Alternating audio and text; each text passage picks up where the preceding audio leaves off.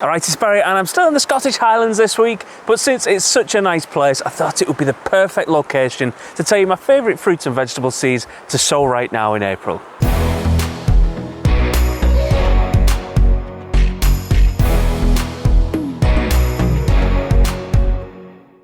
Well, we're halfway through April already, and that means that it should be starting to feel a little bit warmer, and the last frost date is getting closer and closer. In fact, it might have already passed wherever you are. All these better temperatures mean that it is time to get a ton of your fruits and vegetable seeds sown for this year. I've already done a separate video this month specifically for flower seeds, and this video is my selection of fruits and vegetables that you can sow this month. And as always, it's not a definitive list because there's so many different vegetable seeds that you can sow this month. So be sure to have a good look at all of those seeds that are available and get your favourites planted to get started towards some amazing summer and autumn harvests. First up is kale, which is a crop that is increasing in popularity due to its high nutritional content, and it's also a really attractive plant when it's growing in your garden or your allotment. Kale tolerates cold weather better than most other brassicas as well, so you can keep it going a little bit longer after the end of the growing season. And it can also tolerate living with a lot of shade, and it doesn't necessarily need to be in direct sunlight, so it's a really good one to get if you're in a smaller garden too. It's really important to keep kale netted to protect it from any birds, as they're especially fond of the leaves, and they'll definitely eat them all if they do find them. So I'm gonna have to build a cage or something, or like a netted enclosure to stop them to get into mine, because there's sort of loads of crafty birds like crows and pigeons and magpies on the allotment there, and they'll definitely be having off with all of mine if they do find it. Sow your kale seeds thinly, 1 centimetre deep in a seed bed with rows 15 centimetres apart, and you can do those between now and June, and then once your seedlings grow, thin them out to around 7 centimetres apart.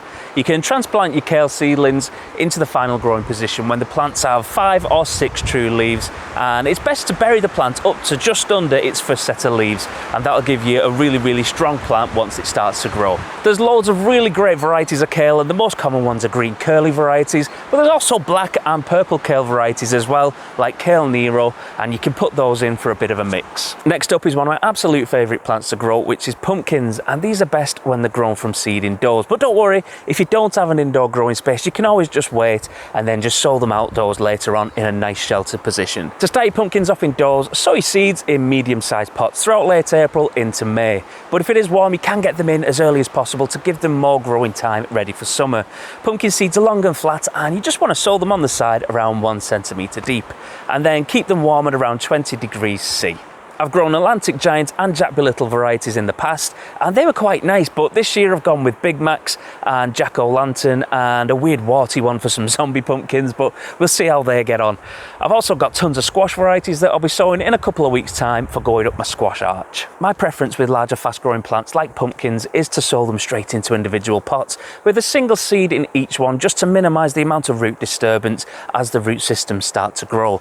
The seeds blast out massive root systems in no time at all, and I'd really rather not damage them by either just separating the seedlings for repotting or by thinning them out in general. If you'd like to grow your own pumpkins this year, I'll leave a link in the description to my full guide from the year before last, where I set up the pumpkin patch and I planted the bigger pumpkin plants into the ground. I also saved that pigeon from drowning in someone's water butt in that video as well, so it is a good one, and don't forget to check it out.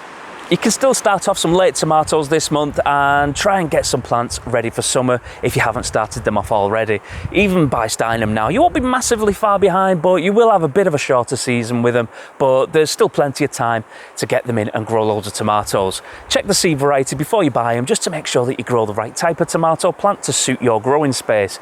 Tomatoes generally have 2 different ways of growing. There's cordon, which are also known as intermediate tomatoes, which grow into tall plants reaching up to 1.8 metres tall, and they require support or they'll just fall over. Alternatively, there's the bush varieties, which are also called determinate tomatoes, which are shorter and bushy, and they don't require staking, and they tend to just make all the tomatoes at once. I've got absolutely tons of tomato related videos, like my top 5 favourite tomatoes to grow. I've also got a guide on growing them from seed, which will be handy if you're just starting them out now. And I also grew some plants from sliced tomatoes last year that you can find in my videos as well. And then of course there's this year's new tomato experiment, which is the video from before this one, where I'm growing 6 different brands of Moneymaker tomato seeds, ranging from 20p a pack up to £2.50 a pack, to see if the price really matters when you're buying seeds. Late April is the perfect time to get melon melon plants on the go. There's loads of different types with some varieties growing better in different climates, as melons are quite sensitive plants. They do need a nice, warm, humid and sunny place to grow, and in the UK it is best to grow melons in a glasshouse or a polytunnel, which is exactly what I'm planning on doing again this year. I'll be growing mine in the polytunnel, just like I did last year. Sow your melon seeds 1 to 2 centimetres deep from mid to late April in a propagator or a covered pot, and then just keep them at around 18 to 21 degrees C, which is 64 to 70 degrees Fahrenheit. And then if they are going to be grown outside, you want to harden off your plants from late May into early June, once there's no danger of frost and they've got 3 or 4 proper leaves. I've got watermelon, a nice honeydew and Hales jumbo melons growing this year, and I'm really looking forward to growing these again and seeing if I can get some decent harvest from them, since last year they were a little bit small. A really easy one to grow this month is cucumbers, and cucumbers are especially good to grow if you've got a greenhouse or a polytunnel or even just a conservatory, because they love the higher temperatures. If you're in a warmer climate, you can just grow them outside later on in the year after starting them off indoors. You can start your cucumber seeds off in a multi-cell propagator just like this one, and it's as simple as filling it up with some compost, and once that's filled up you can just stick your seeds in each cell on the side.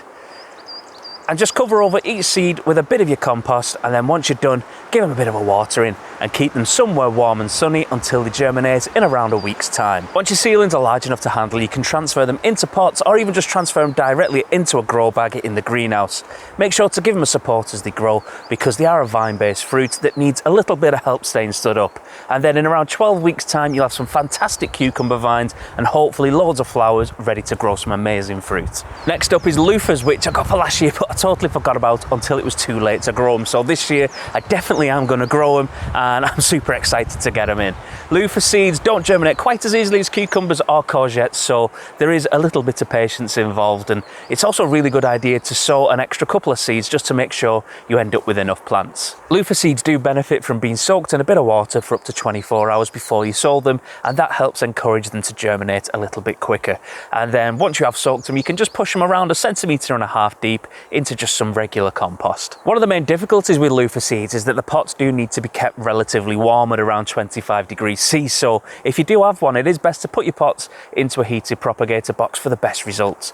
And germination won't even take very long at 25 degrees, so do check back within a week, but they might even take 2 or 3 weeks to germinate at lower temperatures.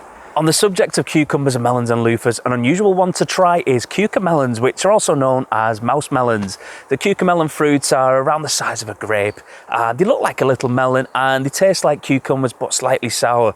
And the best part about growing Cucamelons is that they're usually completely ignored by pests, and they are really easy to grow. Sow your Cucamelon seeds now during late April into May in a propagator on your windowsill or in a greenhouse, and then keep them at a temperature of around 22 degrees C, which is around 71 degrees Fahrenheit. And you want to sow your seeds around 1 centimetre deep, just so that the blunt end of the seed faces downwards, and then when the seedlings are large enough to handle, you can transfer them into like slightly bigger pots.